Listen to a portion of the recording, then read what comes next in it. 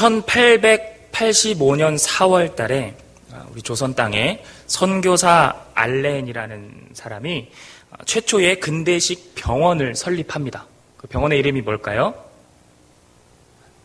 광해원이에요. 광해원. 조선시대 최초의 근대식 병원입니다. 그리고 이후 6월달, 2달 후에 6월달에 언더우드 선교사와 아펜젤러 선교사가 조선 땅에 잇따라 입국을 합니다. 그리고 8월 달에 배제학당이 설립이 됩니다. 배제학당은 우리나라 최초의 근대식 중등학교라고 보시면 됩니다. 지금 배제학당은 우리나라 지금 배제중 배제고등학교 여기까지 지금 역사가 이어진 겁니다. 이후에 많은 선교사들이 들어오고 복음이 전파되기 시작했습니다. 교회가 세워지면서 병원이 설립되고 학교가 세워졌습니다. 드디어 조선이라는 이 땅에서 복음의 씨앗이 자라기 시작하는 것이죠. 한번 생각해 봅시다. 우리나라가 어떤 나라였습니까? 문화권이나 신앙이 불교 문화권 그리고 유교 사상, 불교 문화와 유교 사상에 찌들어 있고 또 수많은 미신을 숭배하는 문화였습니다. 이런 문화 속에서 복음을 전파한다는 게 쉬웠을까요? 어려웠을까요? 굉장히 어려웠을 거예요. 그렇다면 교회는 복음을 듣고 교회로 오는 사람들을 빨리빨리 받아들이고 교회의 성도로 삼고 세례도 빨리빨리 주고 집사, 장로, 직분도 빨리빨리 줘가지고 교회로 오는 성도들이 교회의 소속감을 가지고 책임감을 가질 수 있도록 하는 것이 어떻게 보면 복음을 더 빨리 널리 전하고 교회를 성장시키고 부흥하는 방법이 아니었을까요? 왜냐하면 복음 전하기 어려운 시대였으니까 빨리 교회 성도들을 만들어야 될 거 아닙니까? 그런데 당시 교회는 오히려 그와는 정반대였어요.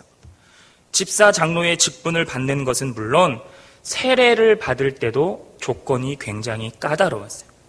한국교회 역사 기록에 의하면 1900년대 세례를 받는 조건 8가지가 나옵니다. 세례 받는 조건이에요. 첫 번째, 세례를 받는 의도가 순수할 것. 이게 뭔 말이냐면 교회에 세례를 받을 때 어떤 장사를 목적으로 이득을 취하려고 내가 교회 성도들한테 이거 장사해야지 이런 이득을 취하려고 세례를 받지 말아라. 두 번째, 공예배는 의무적으로 참석할 것. 의무입니다. 의무. 권리가 아니라 의무. 세 번째, 헌금 생활에 모범을 보일 것. 세례 받는 조건입니다. 네 번째, 아침 저녁으로 가정 예배를 드릴 것. 아침 저녁이라는 거니까 하루의 시작과 하루의 끝을 교회는 못 나오더라도 가정에서 하나님을 찾으라는 거죠. 다섯 번째, 술, 담배, 마약 하지 않을 것. 이게 지금 1900년대 조선시대 말기인데 우리나라 그때 농경사회였잖아요. 농경사회에서 술, 담배는 기호식품하고 마찬가지였어요. 그냥 일상생활인 거예요. 근데 술, 담배를 하지 말아라? 이거를 금지시켰다는 거는 뭔 말이에요? 니네 세례 받지 마. 이런 말과 똑같은 거예요. 자, 여섯 번째, 제사를 드리지 않을 것. 이것도 뭐예요? 유교 문화라고 그랬죠. 유교 문화. 조상을 얼마나 잘 섬겼습니까? 그런데 제사를 드리지 말아라? 뭔 말이에요? 조상도 몰라보는 파렴치한 가정이 되라. 이것과 같은 말인 거예요. 일곱 번째, 현재 살고 있는 부인이 첫 번째일 것. 이건 무슨 말이냐면 당시 조선 법은 일부 일처제였긴 하지만 당시에 좋아하는 여자가 있으면 보쌈해가지고 도망가기도 하고 결혼을 했지만 둘이 눈 맞아서 도망가서 산속에 들어서 살림도 차리고 그런 사람들이 많다 하니까 지금 살고 있는 부인이 첫 번째, 이게 첫째 조건이었어요. 세례받는 조건. 그리고 마지막 8번째는 뭐냐? 교회를 다니고 난 후에 삶이 변했다는 증거와 증인이 있을 것. 그러니까 교회를 다녀요. 이제 세례를 받는다고 할 때 몇 달 동안 교회를 다녀보니까 주변 사람들에게 물어보는 거예요. 그 사람 삶이 어때? 교회 다녀보니까. 이렇게 물어봐서 교회 다니더니 착해졌어. 어땠어? 이렇게 변화가 된 거를 들으면 그때서야 세례를 줬다는 거예요. 이 8가지 조건이 충족되지 않으면 만약에 세례를 받았다 하더라도 세례 박탈당합니다. 이게 1900년대 세례 받는 조건이었어요. 지금보다 복음을 전파하기가 훨씬 어려웠을 조선시대에 세례받는 조건이 이렇게 까다로워서야 어떻게 교회의 성도들이 늘어날 수 있겠습니까? 더욱이 세례를 받지 않으면 직분도 받을 수가 없죠. 집사, 장로, 권사, 피택될 수도 없어요. 세례를 받지 않으면. 이 땅에 빨리 복음의 씨앗을 뿌리고 복음이 빠르게 전파되려면 어쨌거나 성도들이 불어나고 집사, 장로의 직분자들이 많아져야 할 텐데 당시에는 왜 그렇게 세례받는 조건이 까다로웠을까요? 이런 교회의 역사를 볼 때 교회의 성도가 된다는 것, 집사로, 권사로, 장로로 직분을 받고 살아간다는 것이 어떤 의미인지 우리는 한번 생각해 보아야 합니다. 오늘 본문의 말씀은 집사 직분에 대한 말씀이에요. 첫 번째 8절에 보면 이와 같이 집사들도, 집사라는 이제 단어가 나옵니다. 여기서 집사라는 단어는 원어로 디아코노스라는 단어예요. 디아코노스, 디아코니아, 이거는 섬김인데, 디아코노스는 원래 무슨 뜻이냐면 식탁에서 시중 드는 사람을 의미했어요. 로마서 골로새서에는 이 디아코노스가 일꾼이란 뜻으로 쓰였고, 고린도전서에서는 이 디아코노스가 사역자라는 뜻으로 쓰였어요. 그리고 성경 이후에는 이 디아코노스, 집사가 그리스도에게 속한 모든 일들을 수행하는 사람, 이렇게 기록되어 나오죠? 읽어볼까요? 시작. 네, 저런 사람이 뭐라고요? 집사라는 거예요, 집사. 그럼 당시에는 이 집사님은 교회에서 어떤 일을 했을까? 첫 번째는 교회 일들을 관리했어요. 재정도 포함해서 교회 일들을 관리했습니다. 두 번째는요, 성도들의 가정을 방문하고 신방했어요. 누가 했어요? 집사가. 그리고 성도들의 신앙을 상담하는 일도 했어요.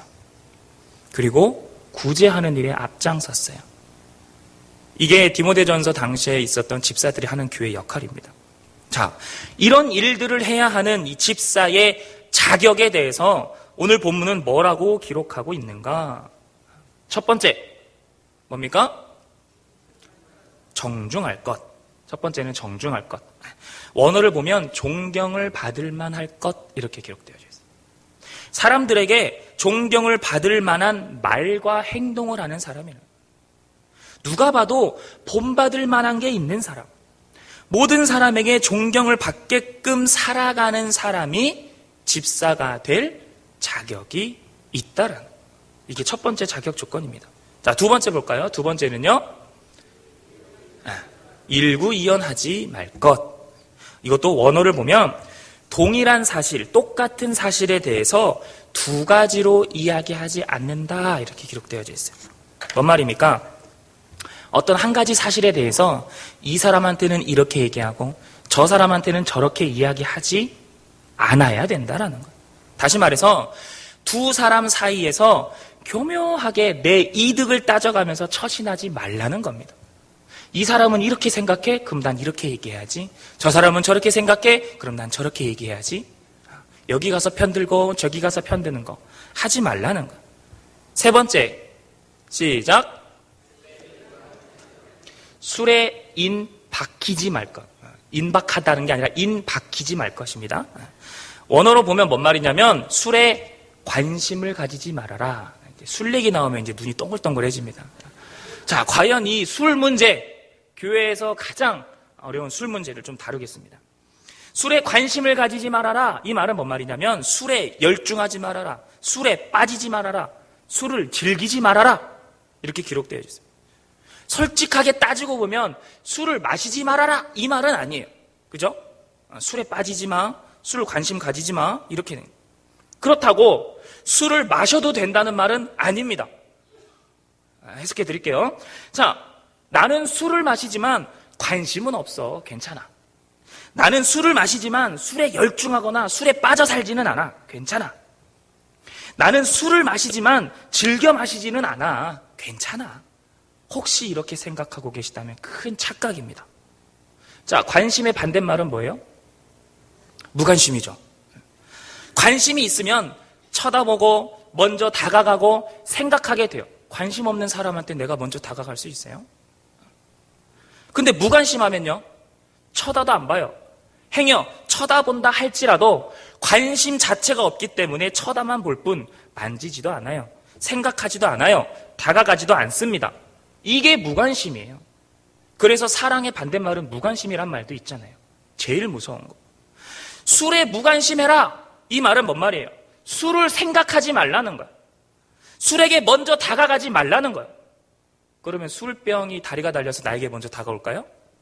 아니라는 거죠. 내가 술에게 다가가지 말라는 거야. 술을 생각하지 말라는 거야. 술 관심 갖지 말라는 겁니다. 그러면 이게 술을 마셔도 된다는 거요? 되지 말라는 겁니까? 알아서 해석하십시오. 헷갈리시면 스스로 한번 깊이 묵상 한번 해보십시오. 성도들의 가정을 방문해야 돼요. 성도들의 신앙을 상담해야 돼요. 구제하는 일에 앞장서야 돼요. 교회의 재정을 관리하고 교회 일들을 관리해야 하는 이 집사들에게 당시의 술 문제는 가장 심각한 문제였어요. 그래서 사도 바울도 특별히 집사 직분을 받는 사람에게 술에 무관심해라 이렇게 권면하고 있는 겁니다. 자, 네 번째는요. 시작. 더러운 일을 탐하지 아니할 것. 은밀하고 비열한 수단으로 이득을 취하지 말라는 것. 이것은 특히 물질적인 것, 돈, 이 돈 관계에서 깨끗해야 한다는 것을 의미합니다. 첫 번째로는 나쁜 방법으로 돈을 모으지 말라는 것. 두 번째는 물질을 어떻게 해서든지 모으기 위해서 그럴듯한 이유를 갖다 붙이지 말라는 거예요. 예를 하나 들어볼게요. 어떤 약을 판매하는 사람이 있어요. 약을 팝니다. 근데 이 약의 효과가 세 가지 나와요. 뭐에 좋고, 뭐에 좋고, 뭐에 좋아. 딱 세 가지 효과가 있어요. 그런데 이런 효과 때문에 이런 효과도 날 수 있어. 이런 효과 때문에 이런 효과도 날 수 있어. 약의 효과는 세 가지인데 자기가 설명하고 팔 때는 5가지, 6가지 효과가 나는 것처럼 갖다 붙여가지고 어떻게 해서든지 물질 끌어모으려고 하지 말라는 겁니다. 그리고 사람과의 관계 속에서도 돈 관계는 역시 깨끗하라고 그래요. 자, 5번째입니다. 5번째. 시작. 자, 깨끗한 양심의 믿음의 비밀을 가진 자. 자, 얼핏 보면 깨끗한 양심도 가져야 되고 믿음의 비밀도 가져야 된다. 이렇게 해석할 수 있지만 그 말은 아니고 두 개가 합쳐진 말이에요. 원어를 보면 깨끗한 양심 위에 있는 믿음의 비밀을 가진 사람이어야 된다. 이렇게 기록되어 있어요. 자, 믿음의 비밀은 뭡니까? 믿음의 비밀은 바로 예수님으로만 가능한 구원의 비밀을 의미하는 거예요. 로마서 말씀을 보면 복음에는 하나님의 의가 나타나서 믿음으로 믿음에 이르게 하나니 이렇게 기록되어져 있어요. 하나님이 저와 여러분들을 먼저 택하여 주셨지만 우선은 내 믿음으로 내가 믿어야 구원을 얻을 수 있다라는 말이에요. 내가 먼저 믿었을 때 그 믿는 것으로 말미암아 두 번째 예수 그리스도의 믿음이 내 안에 들어온다라는 거예요. 이게 구원의 비밀입니다. 그래서 우리가 믿음으로 구원을 얻는다는 내 믿음이 아니라 예수 그리스도의 믿음으로 구원을 얻는다는 말이에요. 그런데 이런 믿음은 반드시 어디 위에 있어야 된다? 깨끗한 양심, 선한 양심 위에 있어야 된다라는 거예요. 다시 말해서 진정한 믿음은, 진짜 믿음은, 구원을 이루는 믿음은 반드시 깨끗한 양심이 있어야만 가질 수 있다라는 말이에요. 살다 보면 진짜 양심도 없는 사람들이 있어요. 정말 기본 인격도 없는 사람들이 있어요. 그런 사람들이 말씀을 많이 듣고 성경 많이 읽어가지고 많이 알고 기도를 열심히 하고 교회 생활 열심히 한다고 해서 믿음이 좋은 사람들이냐? 아니라는 거예요. 왜? 믿음은 반드시 깨끗한 양심을 토대로 가질 수 있기 때문에 그래요. 아마도 양심이 없는 사람이 신앙생활 잘한다? 그건 아마 자기 믿음 가지고 신앙생활 할 겁니다. 그리스도인들은 내 믿음이 아니라 예수 그리스도의 믿음을 가져야 되는 거예요. 그래야 믿음으로 믿음에 이르게 한다. 이 말씀처럼 내가 먼저 믿어야 믿음으로 그 믿는 것으로 믿음에 이르게 한다. 예수 그리스도의 믿음에 이르게 된다라는 이 말씀을 이룰 수 있다라는 겁니다. 따지고 보면 믿음이 먼저가 아니라 사람으로서의 도리가 먼저예요. 목사가 중요한 게 아니라 사람의 됨됨이가 먼저 중요한 겁니다. 집사, 장로, 권사의 직분보다 먼저는 부모로서의 직분이 중요하다라는 거예요. 인격적이고 성품과 인성이 좋은 사람, 사람의 됨됨이가 먼저 중요하다는 것을 저와 여러분들은 잊지 않으시길 소망합니다.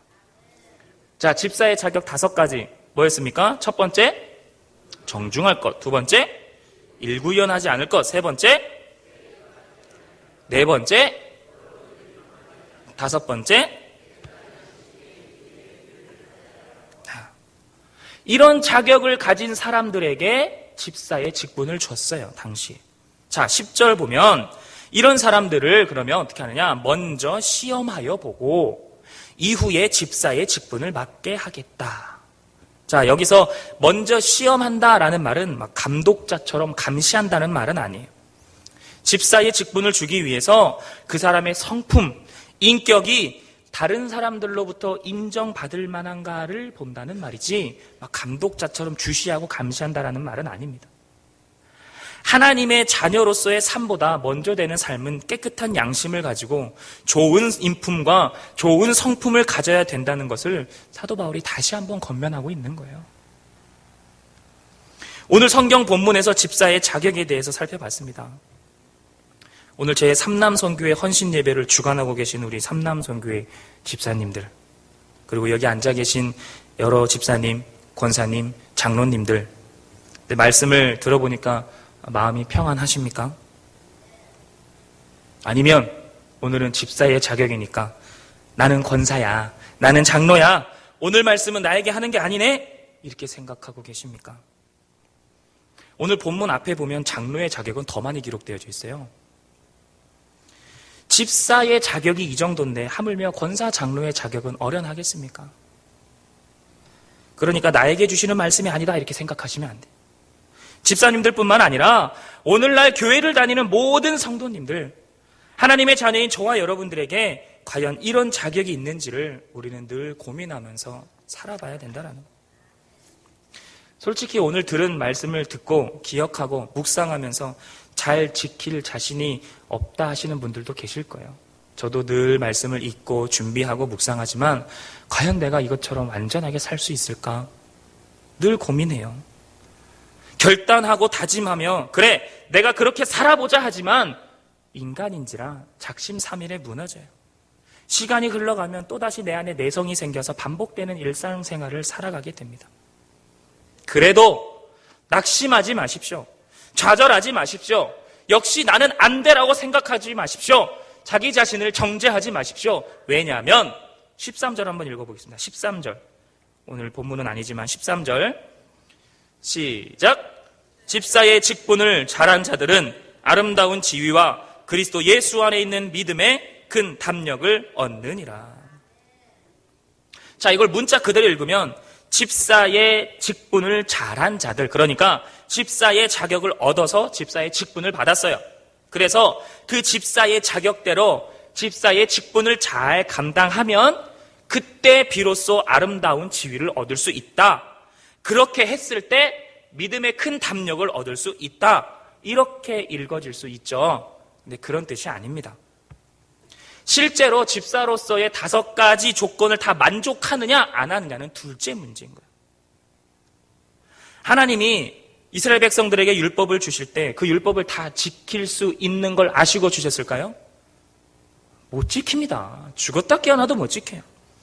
율법은 뭐가 죄인지, 뭐가 죄가 아닌지, 뭐가 하나님이 기뻐하시는지, 뭐가 하나님이 원하시는 건지를 알고 깨닫게 하시려고 주신 거예요. 율법은 그 어떤 사람도 100% 완전하게 다 지킬 수 없습니다.